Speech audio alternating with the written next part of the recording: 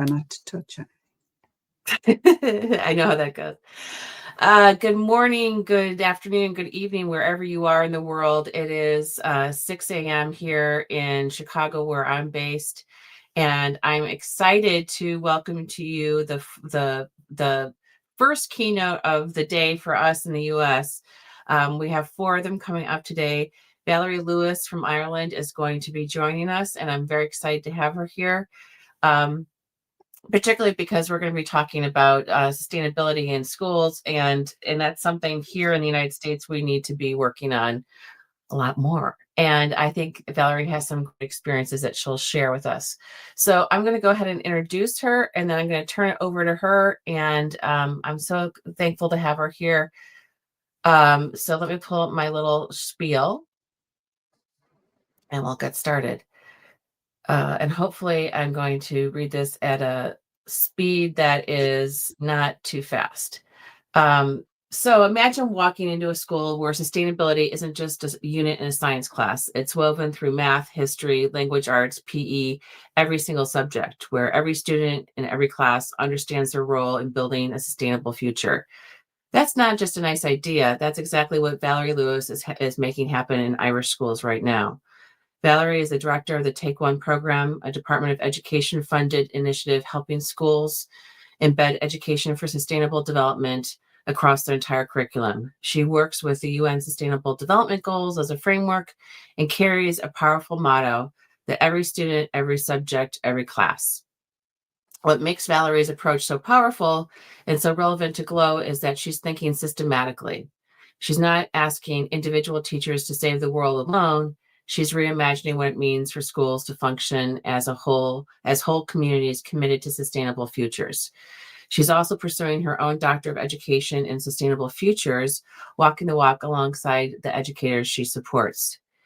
If you are passionate about sustainability and education for the planet, and one of GLOW's core themes, her keynote today will give you a concrete replicable model you can bring back to your own school community. So without further ado, please welcome Valerie Lewis. Thanks, Valerie, for being here. Thank you, Lucy. That's great. I couldn't have put that better myself. I might steal that from my blog. That Sure. really I mean, wrapped everything I'll up share it with you. really well. It's great and lovely to hear somebody else's perspective on the work we do from the outside in. Thank you very much. And as Lucy said, good morning, good afternoon, and good evening. I know people are joining us from various time zones. For those of you who have got up early and those of you who are watching the clock to head to your beds, thank you very much for joining me here this morning. And thank you very much to Lucy and the GLOW team for providing me with this opportunity to share the work of the Take One programme and sustainable development as it is in Ireland at the moment. So obviously a little bit of housekeeping. The sessions are recorded, and just a little word from the sponsors there for this great GLOW event and all that happens at it.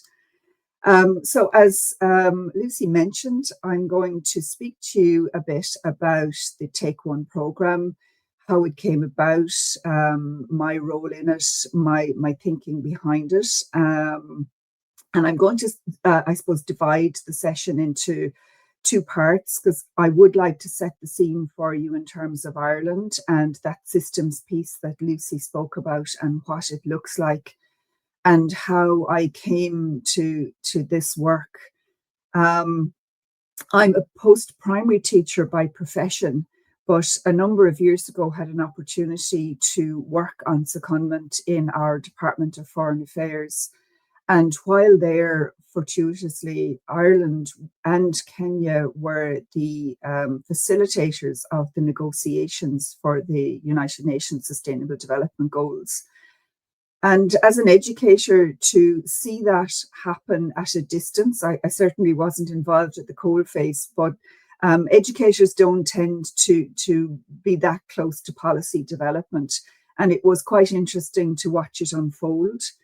It was also quite interesting to watch the impact that a small country like Ireland and Kenya had in terms of bringing 193 nations together and what that looked like.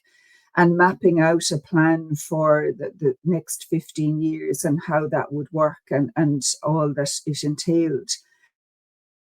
And I meandered back into formal education in a policy role and did that thing that other teachers hate. I said to them, I think we need to be doing something about this, and it very much aligns with the aspirations of education. But I was also conscious of, as an educator and school leader, that infamous line, when society gets an itch, education must scratch it. And I certainly didn't want to be the kind of educator and facilitator and program designer who came with more work for teachers. I'm sure in countries around the world, curriculums are already fairly comprehensively packed as they are in Ireland. So I began to spend some time looking at, if I did want to present something, what would that look like for our educators? And that is how the Take One program was born. It was very much looking at that systems piece. What do we have to do? And how could sustainable development engage with what is there already?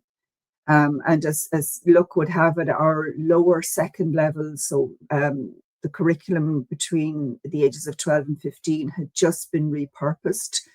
So I was able to do a lot of work mapping in relation to there.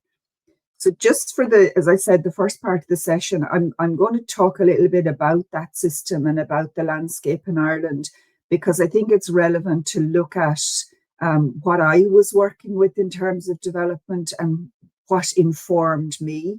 I'm going to talk a little bit about what ESD is in the context of Ireland, not because anybody needs sustainability explained to them, but it is a place I start with all the educators and leaders, because in the sea of language aligned to sustainability, it can be very easy to assume we all have the same understanding.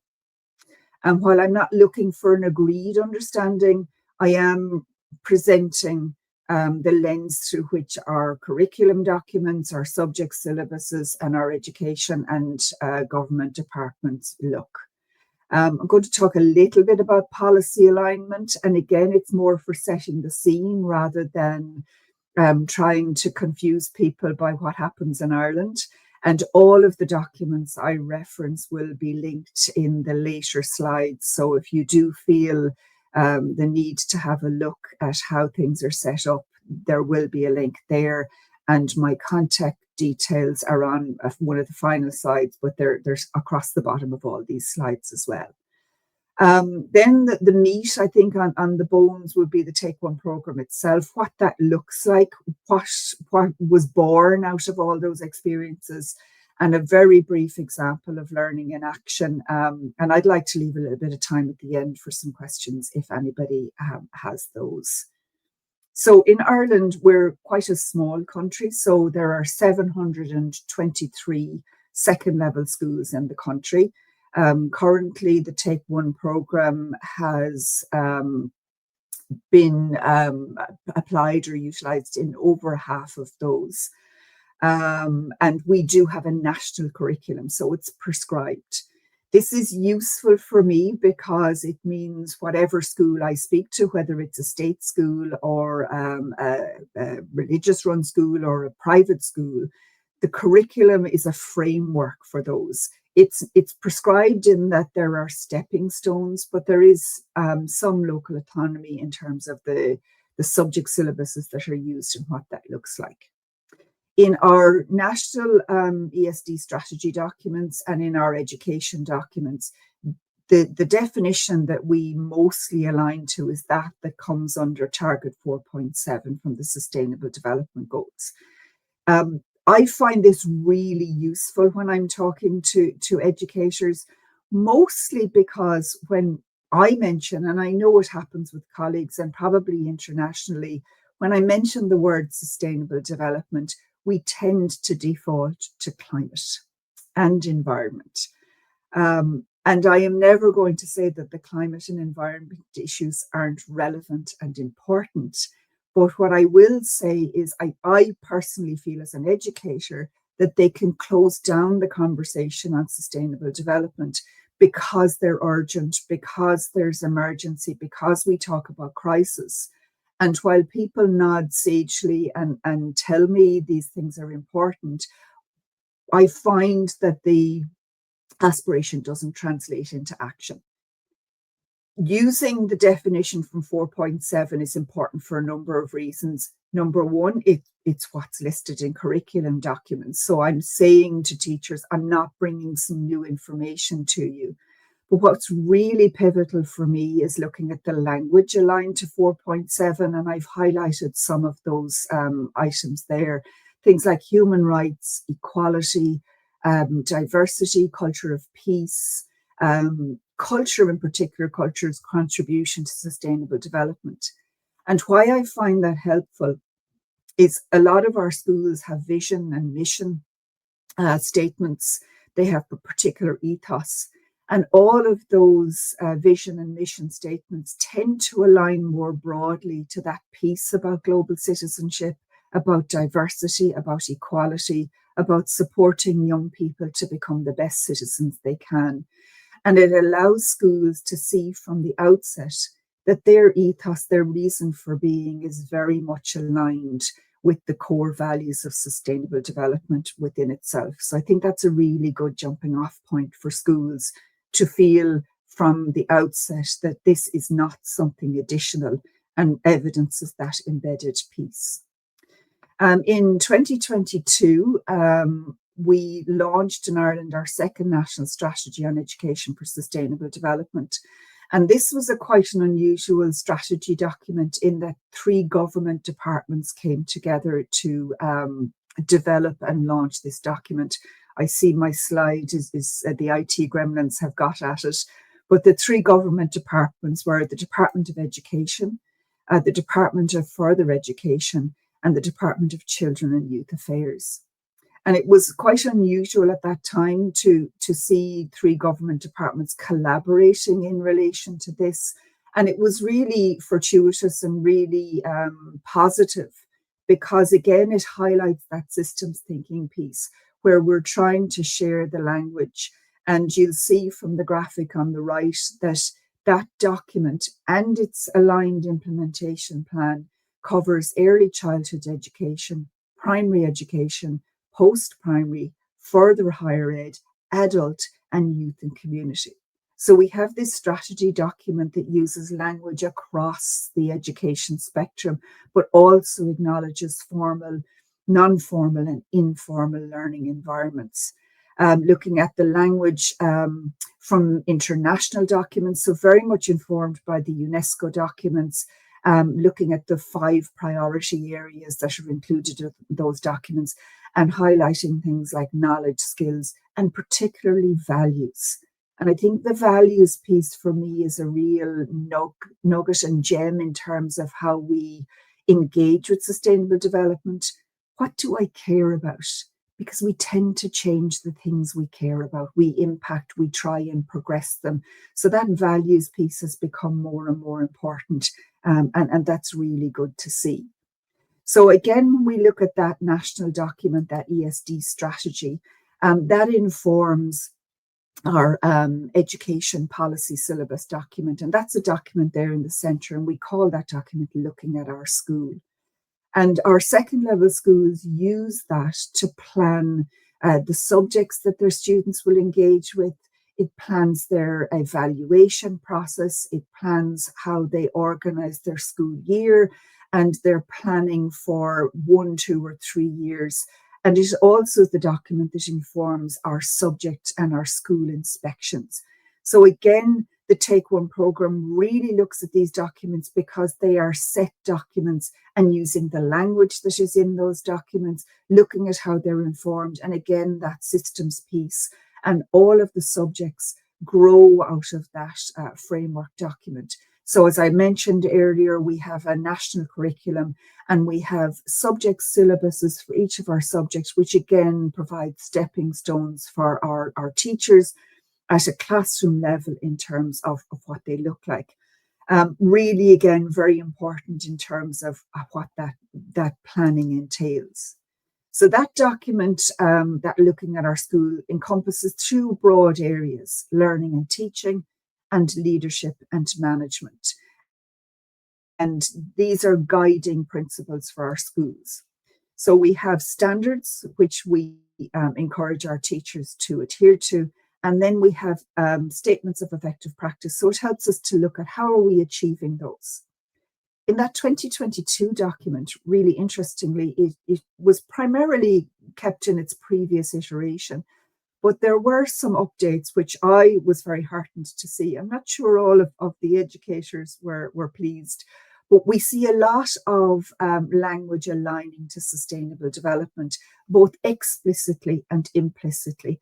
And I've really, again, I suppose, just picked out two broad examples. There are lots in this document, but I think it was useful to share with you one example from the teaching and learning perspective and one from the leadership and management. And the teaching and learning example I highlight doesn't explicitly mention sustainable development, but it does talk about teachers enabling students to make meaningful links between lesson materials and their learning in other subjects and elsewhere.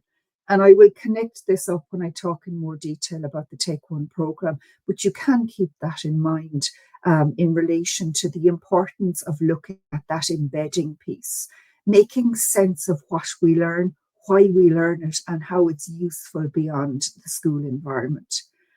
In terms of the leadership and management domain, you'll see very explicitly the school values and promotes a commitment to sustainable development, but also moving it beyond just the talk piece or the policy piece and looking at the daily routines of the school. How am I living that diversity? How am I living that inclusivity, that global citizenship piece, and looking at it from a broad perspective? Again, much harder if we only look at sustainable development through the climate lens. And again, I will reiterate, it's not that I don't think climate is important, but once we broaden out how we see the things that impact climate, biodiversity, and environment, it offers our teachers, our leaders, our students much more scope to come at sustainable development from lots of different perspectives, and most importantly, from the perspective that I care about, and gives all of those things equal value. So moving on then to what is the Take One programme and how it was born. As I mentioned, we have a national strategy. I'm very lucky that the Department of Education in Ireland sees the value of the Take One programme. It's been running now for almost 5 years. And as I said, was born very much out of my own experience and the impact seeing the Sustainable Development Goals be developed had on me. I'm very pragmatic in my approach and very aware that the Sustainable Development Goals create tensions, as does sustainable development in itself. They're not ideal for everybody. They create some challenges. But again, with that pragmatic lens, this is where we're at. We're now 4 years away from the next iteration. So it's very much leaning into what is there and how do we make that work? And again, back to that systems piece.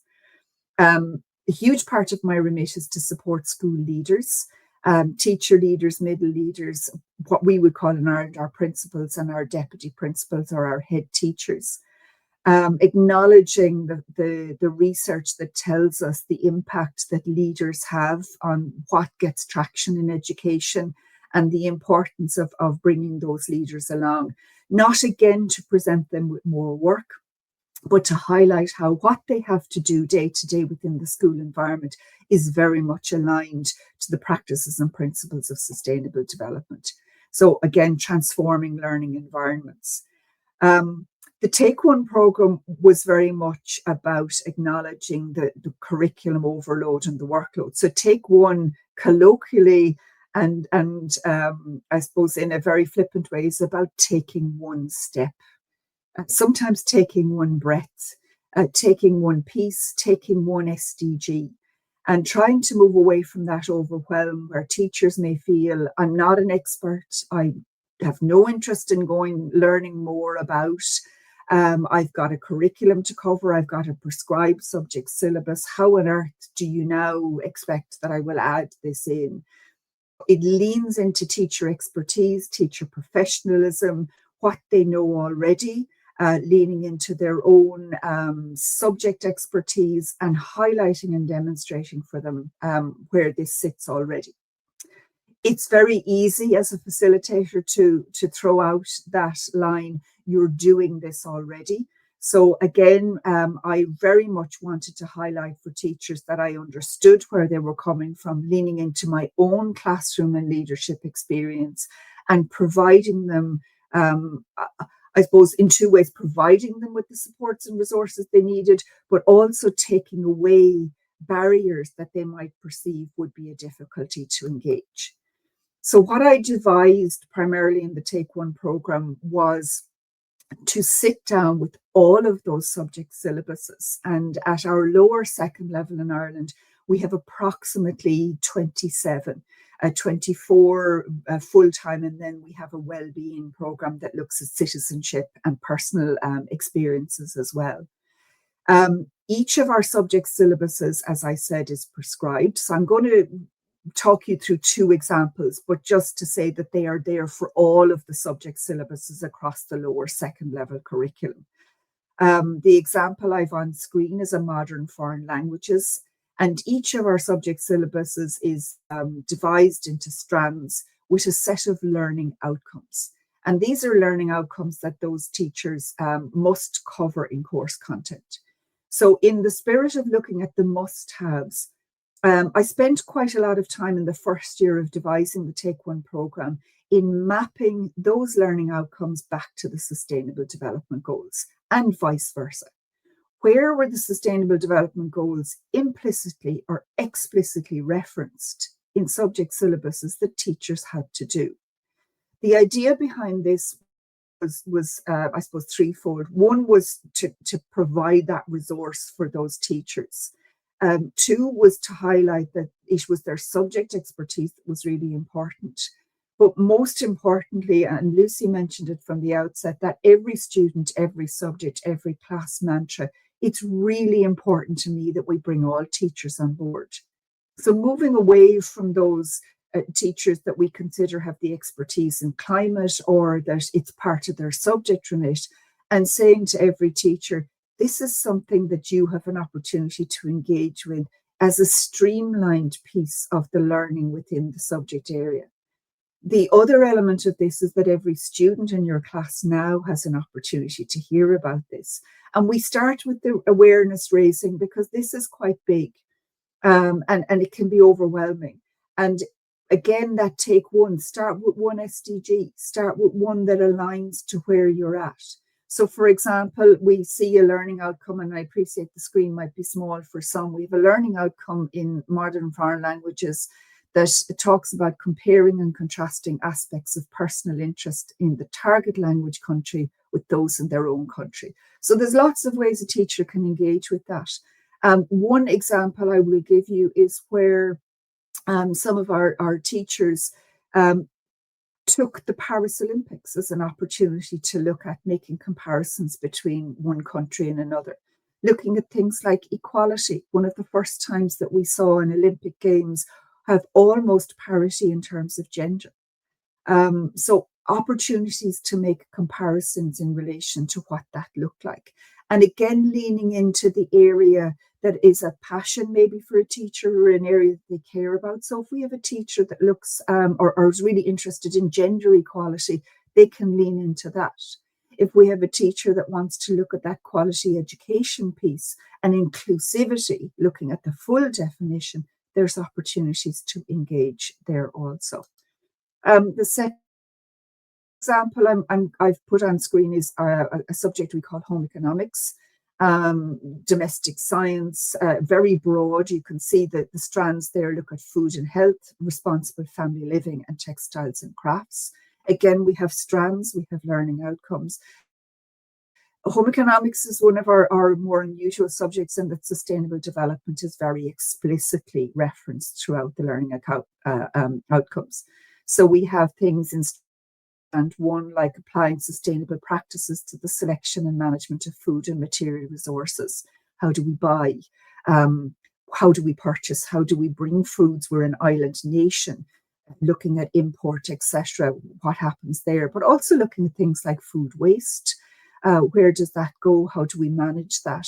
And you'll see some of the sustainable development goals I've highlighted there in terms of poverty, in terms of hunger, energy management, responsible consumption and production. And again, supporting teachers to make reference to what they look like and how that impacts. And also the climate piece. It's not that it gets disregarded, but really highlighting for our students that the climate piece and the sustainable development goals were never intended to be implemented as individual goals, but they were designed and devised as an interconnected piece of engagement, so that when I am being responsible in my consumption, that has an impact on the planet. It has an impact on energy. It has an impact on infrastructure. Worth mentioning another strand there, looking at 3.8 in textiles and crafts, discussing the influences of trends and choices on textile and clothing, including ethical and ecological considerations. That's the fast fashion piece. So again, it offers the teacher the opportunity to lean into that in a way that is comfortable for them, but highlighting the breadth of engagement and how all of these things are interconnected. So looking at that, that's the first, I suppose, piece of engagement for our teachers, is highlighting how they do have the expertise, they do have the comfort of knowing that this is very much about their professional experience and what that looks like. But of course, I'm very aware that providing resources only one part. How do I support those teachers then to put that into practice, to engage?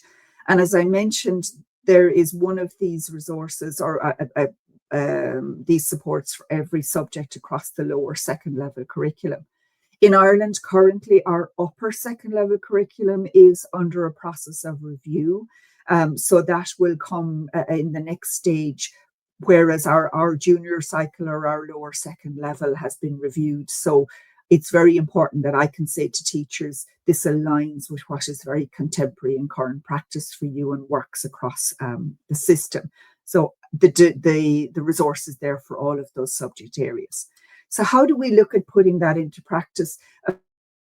Fortuitously for me, this invitation comes during what I call Take 1 Week, which is November 17th to 21st. The 21st has slightly disappeared there off screen. And Take 1 Week is a challenge issued to teachers. It asks them to look at the resource following training, and during the course of that week, to look at their timetable and find at any point across that timetable an opportunity to teach one lesson about any one SDG to any one of the classes on their timetable over the course of 1 week. The idea behind this is to take away that pressure of feeling like I have to talk about sustainability and sustainable development constantly, but instead to look at opportunities where it fits naturally. So if you will indulge me for a moment, I'm going to share a story of what that might look like within a school. And I'm very conscious again of how busy school environments are. So there's a One World Week in Ireland during this week, which aligns with Take 1 Week.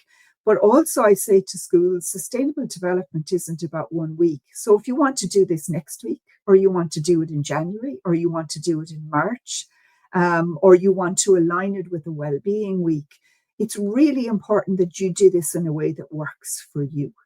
But again, that one lesson, one SDG, one class over the course of 1 week. So for example, if I'm a business studies teacher and I have a year 8 or a second year group or a group of 14-year-olds on my timetable that week, and I'm teaching them business, and I happen to be teaching as part of my planned content some information on the difference between minimum wage and living wage. I carry on teaching that. I don't pause my teaching. I don't have to find new information. But while I'm teaching that topic, I talk to my students about SDG 8, decent work and economic growth. and looking at why it's important that we know the difference between minimum wage and living wage. And it's very much highlights Ireland and Ireland's context. Again, there can be a tendency to look at development issues as an overseas issue, but really looking at what that looks like in a local context. So all of the students within that business class are hearing about minimum wage, living wage, and SDG 8. That cohort of students may travel to another classroom and they might end up in an engineering class or a woodwork class or a technology class. And that teacher is planned that week to teach them about house design, house planning, looking at energy management.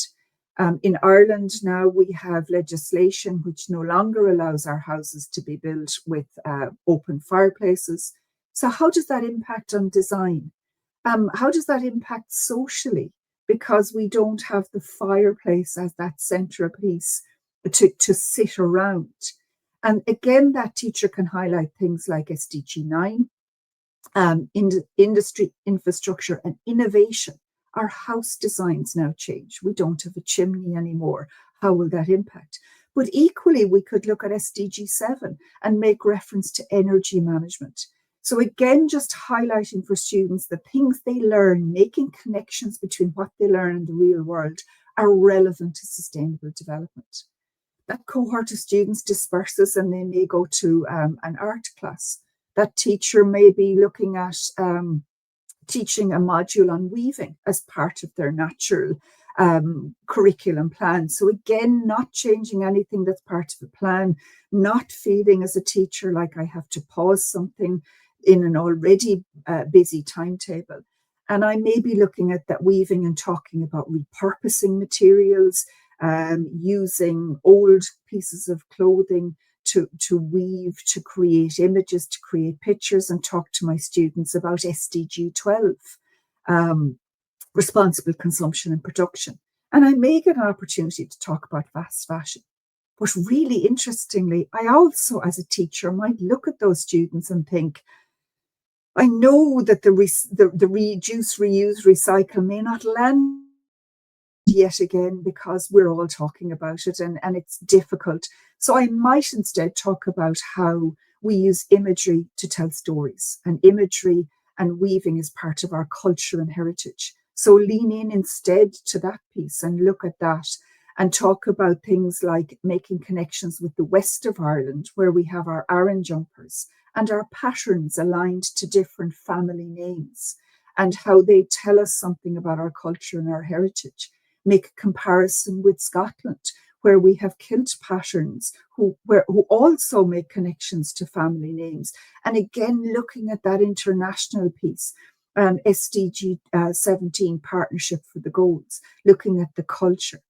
So if you can imagine what your school would look like during that week, we have students in all the subjects across the curriculum, hearing teachers talk individually about sustainable development, not leaving their classrooms, but light bulb moments where that teacher spoke about sustainable development in French, but we heard about it in technology, we heard about it in art. The maths teacher speaks about it in terms of statistics and probability.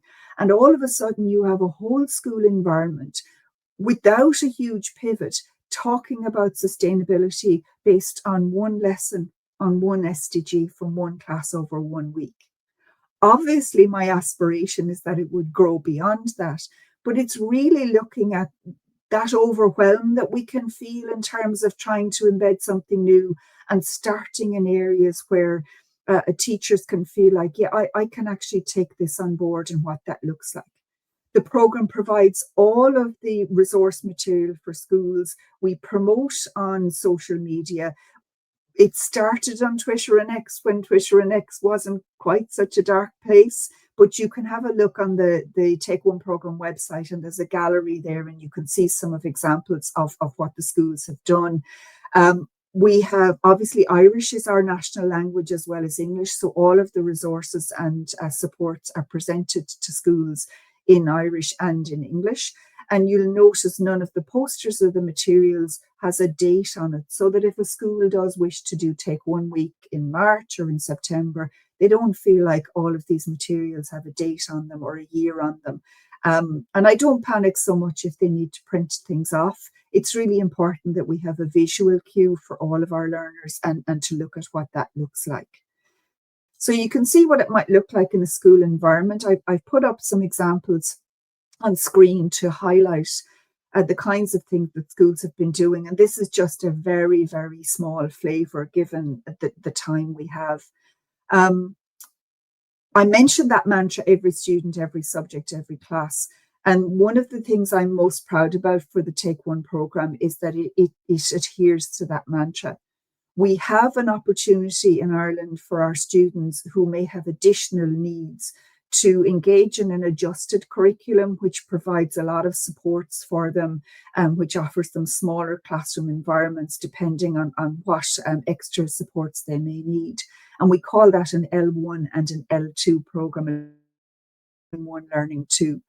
And the image on the top left-hand corner on the screen there is from a school with who had one of those programs. And that cohort of students grew herbs in the school garden. They harvested those herbs. They made some scones or scones, depending on the part of the world you're in, as part of a healthy breakfast, healthy eating. So their learning unit was on personal care, and they focused on SDG 3, good health and well-being. And that cohort of students can participate in Take One because their learning aligns to their learning outcome. So there's no sense in that school environment that, oh, this class group is doing more because they're better able, or this class group can't engage because they need additional supports. And again, that values piece, we're all in this, the community piece, so we all engage. An example from the top right-hand corner, that home economics classroom, and that teacher making comparisons between natural stain removers and shop-bought stain removers. So again, demonstrating the learning embedded as part of the curriculum and the subject syllabus content. And then another example of what we do in the Take One programme is a bit of celebration and look at positivity. In education, we have a tendency, certainly in Ireland, to look at what we're not doing. So I try and encourage teachers to celebrate their achievements and what we're doing well. And that aspiration of the not doing it really comes from a place of trying to do better. So in May of every year, I throw out a challenge for schools to create a metre of meadow.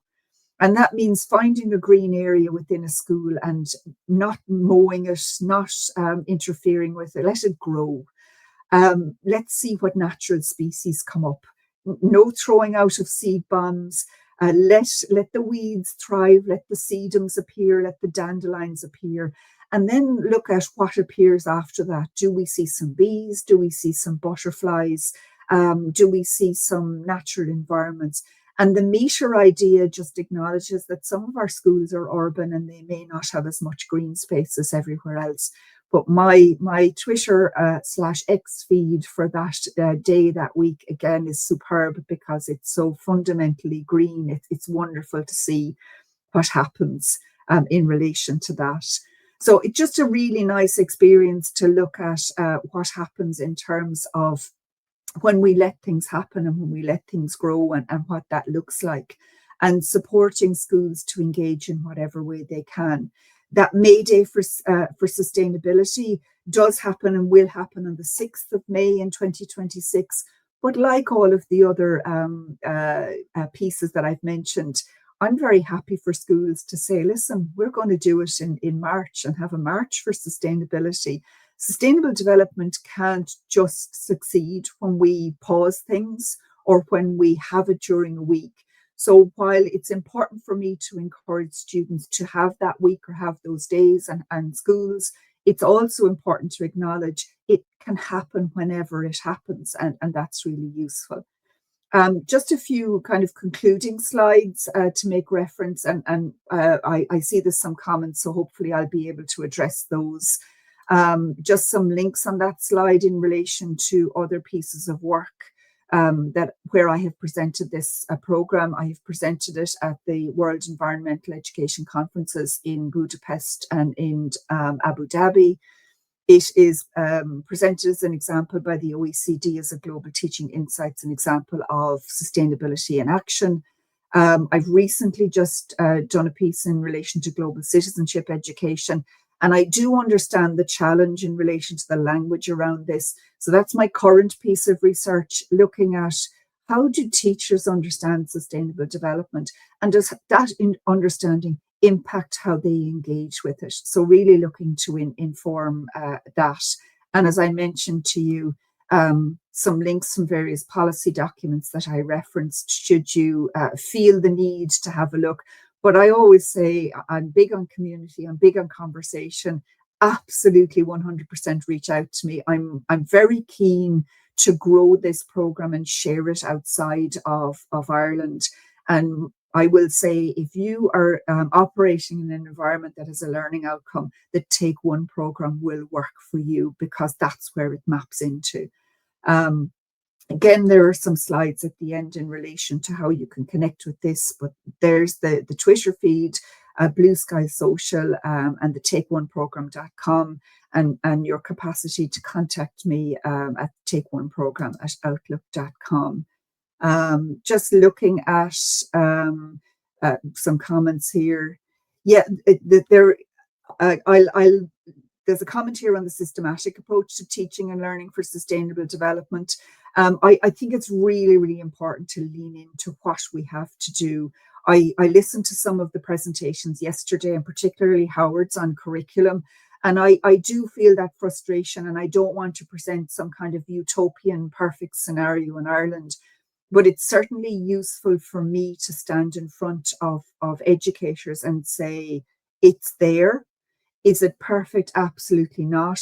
Is the practice running through? It's not. And the biggest tension is, do we mandate this? How do you encourage people to engage in a way that they see it makes sense, without having to take the stick approach and say, you must do this? So again, that's why I really lean into that broad interpretation of sustainable development. And again, if I can present a visual, I liken sustainable development. I'm very much informed by Howard Gardner's work and Project Zero and Teaching for Understanding, and looking at sustainable development in the middle of a room. And the 17 sustainable development goals are like doors. You come in through whatever door is of value to you. Hopefully you'll look at coming through other doors. But if I feel really, really strongly about a poverty, then I can use that as my access point to sustainable development. In a country like Ireland, where we're considered a wealthy nation, we still have a lot of young people living in consistent poverty, 250,000 of them. If I'm living in consistent poverty, plastic in the ocean is not my primary concern. The climate is not my primary concern. And poverty impacts hunger, and hunger impacts my capacity to go to school. If I don't have capacity to go to school, that impacts my health and well-being, but it also impacts my journey beyond school, where I work, what further education and training I have, what kind of job I might take on board, what kind of qualification. And that informs who I am as a consumer. So SDG 8, SDG 12, and all of that impacts climate. So that's why I really look at that interconnected piece, that interdisciplinary piece. Every thread we pull impacts something else. And it's really important where somebody is overwhelmed by the climate piece. And it upsets me to think anybody has anxiety about this, that panics about it, crisis, but the language we use aligned to it is not helpful. So really looking at what can I do and what's important to me? And if my garden is important to me, then that's where we look at it. So looking at various bits and pieces. I'm just looking at some of the comments there. Yeah, the terminology is difficult. I've kind of moved a little bit away from ESD, and I just talk about the SD piece. Because again, I think there's a danger when we say ESD, that it's education for sustainable development as a subject or a thing. So I look at sustainable development, and the E is kind of like a small e.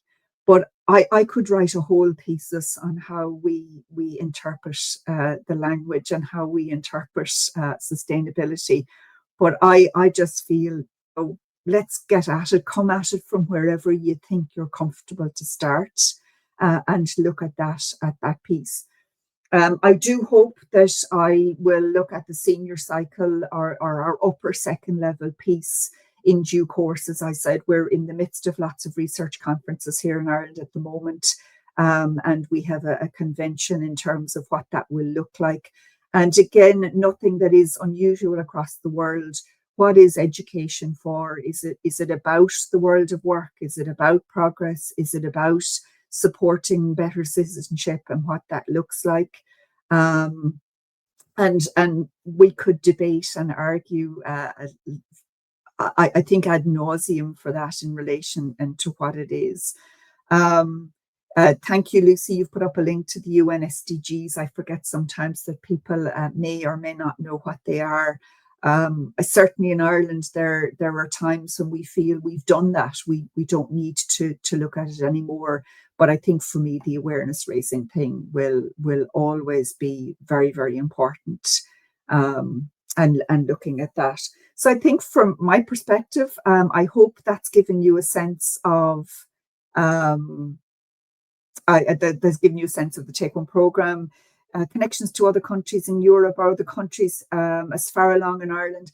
I don't think so. I think it's funny in countries, because I've traveled, I've had an opportunity to make some comparisons. I know certainly there are European countries that I've worked in that we can't mention language like democracy or human rights. We're very lucky in Ireland. We can have those conversations and have those disagreements, and debate and discuss those issues. And I think one of the gems about sustainable development is that critical thinking piece. We don't need to have an answer. We do not need to have an answer, but we do need to debate and talk and figure out, how do I ask you about something that's contentious? How do we discuss it and maybe agree to disagree and say, you know what, have at it with the planet. I'm not buying an electric car. It's $50,000 and I can't afford it. And I like my fire. But that we think, and that we look at that. Interestingly as well, in terms of other countries, and I think the US might be similar. I know in Germany there are federal states, and each of those have oversight of their curriculum. So it can be a little bit more difficult in terms of trying to streamline that in. And as I said, I heard Howard's piece yesterday, and if there's a positive on a national curriculum, it means that work like mine, I don't have to worry about in the north of the country or in different counties or different jurisdictions. So that's kind of useful. But listen, we all know, for everything that you say is great, somebody will have a challenge with that. And I think, for me, that's the interesting space. Let's have good, gnarly debate. And if we do that with integrity, isn't that fabulous? It's not about reaching some kind of brilliant conclusion about you're right, I'm wrong, this works, this doesn't, because this is a movable piece, and I think that's what makes it quite interesting. So yeah, absolutely. And if there's anybody out there across the globe that thinks there might be an opportunity, even in a take one step way, I would love to connect and love to see, could this be repurposed? Are there ways of helping people, and I'm glass half full, glass fully full. Let's see what we can do. Yeah, it's very, in the United States, we've had a reluctance to actually adopt practices from other outside the US, I guess. We always look at Finland in education, saying how wonderful Finland is with their progressive practices. But in reality, at scale, at least, adopting their innovations or their way of teaching is not necessarily translated.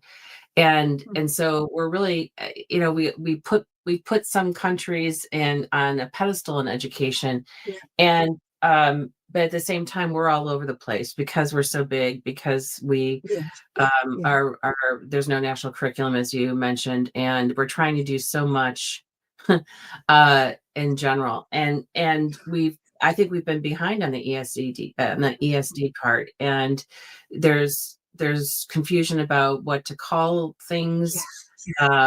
We've traditionally not said global citizenship. We've moved towards global competence, but not everybody knows what that means. And so, more conversations with educators about this and how it impacts and how it can be done in an integrated manner, like you've described, um, Mhm. is really important. And it's distressing to me that it's not more of a priority. And I don't think it's going to be more of a priority in the next 3 years Yeah. for obvious reasons. Yeah. The other observation before I shut up is, we've had I've gone to a couple of the GENE conferences, the Global Education Yeah. Network of Europe, which is run by an Irishman, and their core philosophy is very progressive and peace and social justice and youth Yeah. oriented. And this seems very much in line. That seems very much part of the Irish ethos, maybe. Um, and so that's really super interesting to me. And I think I would love to hear your thoughts on how youth are responding to this. You've been doing this for what, 5 years now? And Yes. Yeah. do you have any research or anything that talks about, how youth are impacted by this? I'd be curious about that. Yeah, it's really interesting, and just to circle back to a couple of points. I'm a big fan of Pasi Sahlberg, but he himself Yeah. would say, "Stop looking to us. We this worked for us. Stop trying to Yeah. pick up bits of this." And I think we forget as well that the the innovations in Finland were 17 years in the making. They went right back to zero. And we can look at things from the outside in and pick them up and say, oh, as you said, even in the US, how do we apply this? And sometimes the perfect can be the enemy of the good. We can spend a lot of time trying to decide, what do we call this? And then suddenly realize we've spent so much time deciding what to call it. We've done none of it, you know.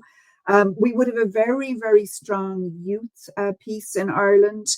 Um, I think there's a spectrum, certainly. And my concern about the youth voice piece for me, and this is very much a personal opinion, is we have some exceptionally competent and confident young people who speak about this, um, who represent young people, but I worry they're not representative of young people. So I think of those kids that are, from my teaching experience, really articulate when they're talking to me, but they will never be on the student council. They will never be on a soapbox. They will never go and march, but they will be really strong personally. They may be very individual in their engagement and action. And I worry about that a little bit, and I would say it of adults as well, that the radio voice, or the person who picks up the phone to talk very strongly about things, is the voice that sometimes gets all the traction because they have the competence or the capacity to do that. And I think it's really important that we don't misinterpret silence for compliance. I know in my own work, people will nod sagely and say, oh, sustainable development is really, really important, but I won't have changed any minds. And I think it's really important to value that. That's really important to think about. How can I help people to even think, even if there isn't capacity to change? Because rather interestingly, in Ireland, the people who are living most sustainably are also the people who are living with most disadvantage.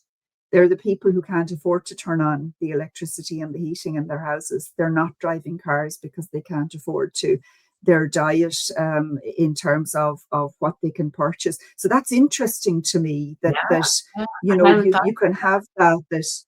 And I don't think that's unusual the world over, because Yeah. if I'm living under straitened circumstances, I don't have the consumer choices that maybe somebody who has change in their pocket does.